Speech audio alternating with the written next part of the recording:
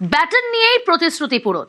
মহিলাদের মাসিক ৩,০০০ টাকা, জুন থেকেই মহিলাদের ৩,০০০ টাকা সরাসরি ব্যাংক অ্যাকাউন্টে ট্রান্সফার। অন্নপূর্ণা ভান্ডার, ভোট প্রচারে অন্নপূর্ণা ভান্ডারের প্রতিশ্রুতি দেওয়া হয়। প্রথম মন্ত্রিসভার যে বৈঠক, সেই বৈঠকেই সিদ্ধান্ত গ্রহণ।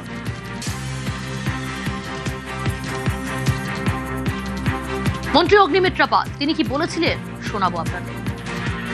অন্নপূর্ণার ভান্ডারে অনলাইন কমপ্লিটলি এখনই ব্যবস্থা করতে, ইমিডিয়েটলি অনলাইনেই যাতে সমস্ত মানুষ যে 1 পাস 2 পাস বা যে হয়তো শিক্ষাটা পাননি, হয়তো শিক্ষিত নন, এতটা ইজি করা হবে এই অ্যাপ্লাই করার পোর্টালটাকে যে কেউ পোর্টালে গিয়ে অ্যাপ্লাই করতে পারে। 1 জুন থেকে আমরা যা যা প্রতিশ্রুতি দিয়েছিলাম, ৩,০০০ টাকার অন্নপূর্ণার ভান্ডার এবং সরকারি বাসে মা বোনেদের কোনো ভাড়া দিতে হবে না, এই দুটো আমরা চালু করতেছি।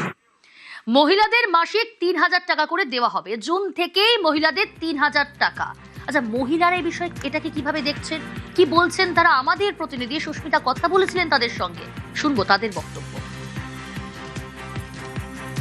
বিজেপি রাজ্যে ক্ষমতায় এসেছে, সরকারে এসেছে 1 সপ্তাহ আজ, এবং এই 1 সপ্তাহের মধ্যে বিজেপি একাধিক মাস্টার স্ট্রোক দিয়েছে এবং যে কথা বারবার বিজেপি বলেছে, নারীর ক্ষমতায়ন, নারীর স্বাধীনতা, এবং তার মধ্যে অত্যন্ত গুরুত্বপূর্ণ অন্নপূর্ণা ভান্ডার। রাজ্য বিজেপি নেতৃত্ব শুধু নয়, কেন্দ্রীয় বিজেপি নেতৃত্বের কাছেও বারবার এই অন্নপূর্ণা ভান্ডারের কথা শোনা গিয়েছিল। এবং এই মুহূর্তে দক্ষিণ কলকাতার বুকে বেশ কয়েকজন মহিলাকে পেয়ে গিয়েছে, যারা গৃহিণী, যারা ঘরের কাজ করেন, সংসারও সামলান, এমনকি ঘরে বাইরে দুটোই সমান তালে সামলান। অন্নপূর্ণা ভান্ডার পাবেন, 3,০০০ টাকা করে পাবেন, জুন মাস থেকে ঢুকবে। এটা ভালো, ভীষণ ভীষণ খুব খুশি এই 3,০০০ টাকা করে পেয়ে। আমরা আমাদের বাচ্চা কাচ্চা বা ছেলে মেয়েদের যা যা খুশি তখন আমরা কিনে দিতে পারবো এই 3,০০০ টাকাটা পেলে। আমি নিজে যখন তখন আমি যা ইচ্ছা কিনতে পারবো, পড়তে পারবো। সরকার তৈরির আগে যে কথা বলা হয়েছিল, সরকার তৈরির 1 সপ্তাহ মাত্র হয়েছে, তার মধ্যেই সেই প্রতিশ্রুতি পূরণের একটা কথা বা একেবারে ডেট বেঁধে দেওয়া, জুন মাস থেকে আপনারা পাবেন। এটাকে কেমন লাগছে? এটাকে ভালোই লাগছে শুনে, যে 1,৫০০ টাকার বদলে 3,০০০ টাকা পাবো, এটা খুশিই হচ্ছি। ভালোও লাগছে যে বাচ্চাদের কিছু সত্যি আমরা কিনে দিতে পারবো, আমরা নিজেদের মতন চলতে পারবো, কারোর কাছে হাত পাততে হবে না। খুব খুশি, ভালো লাগছে আমাদের।